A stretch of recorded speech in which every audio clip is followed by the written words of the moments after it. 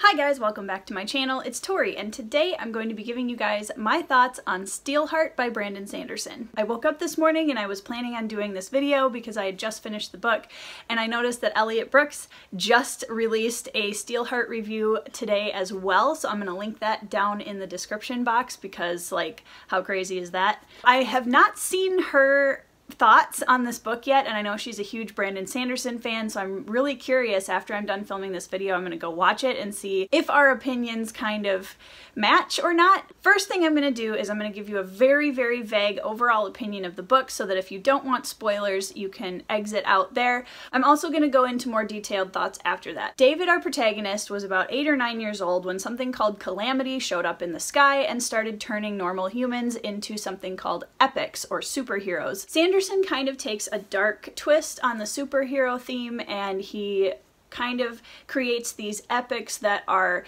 oppressing humanity, and they are really evil, and using their powers makes them almost out of control and takes away some of their humanity. They are now ruled by an epic named Steelheart, who is invincible.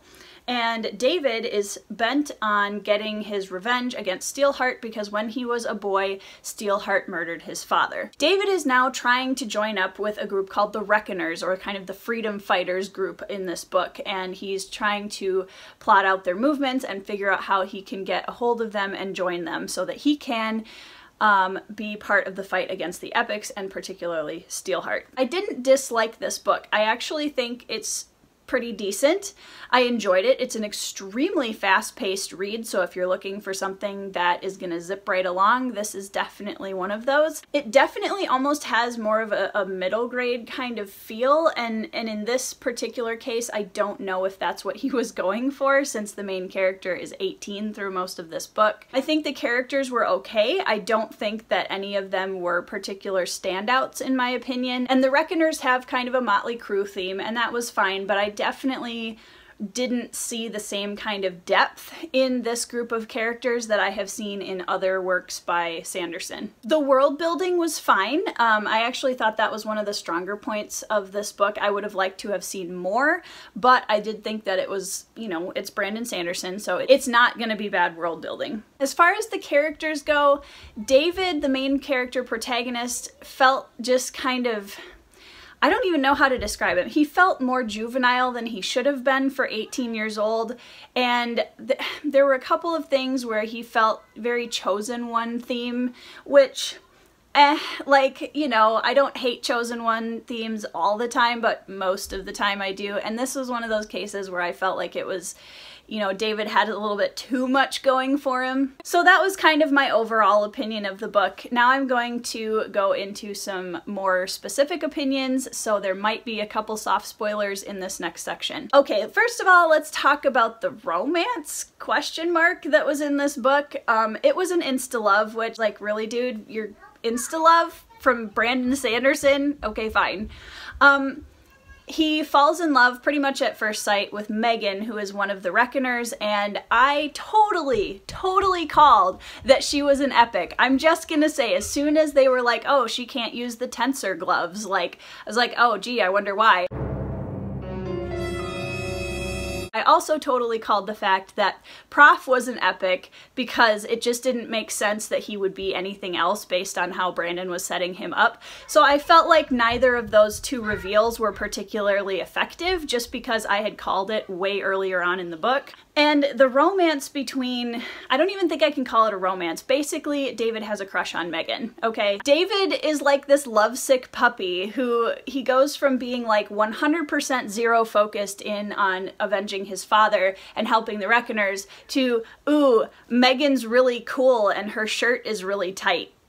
I get it, she's a strong, independent woman and he finds that attractive. I get it, but, like, I don't know. I just, In the beginning, when David comes into the Reckoners and he's done all of this research for the last 10 years and he's like, I have all this information on the epics, I have all of these study notes that I've figured out their weaknesses, I've got these pictures, and the Reckoners are like, oh my gosh, we've never seen any of this stuff, we had no idea, and they're like asking David, oh, how do you know their weaknesses?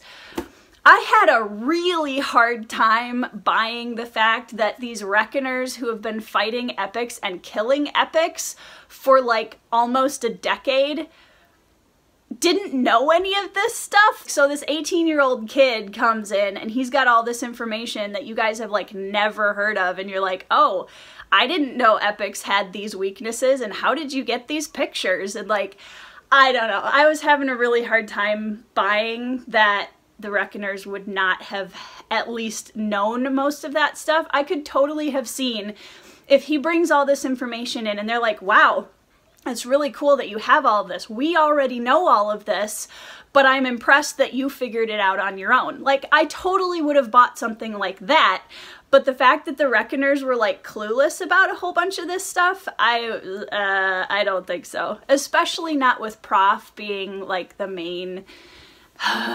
I don't know.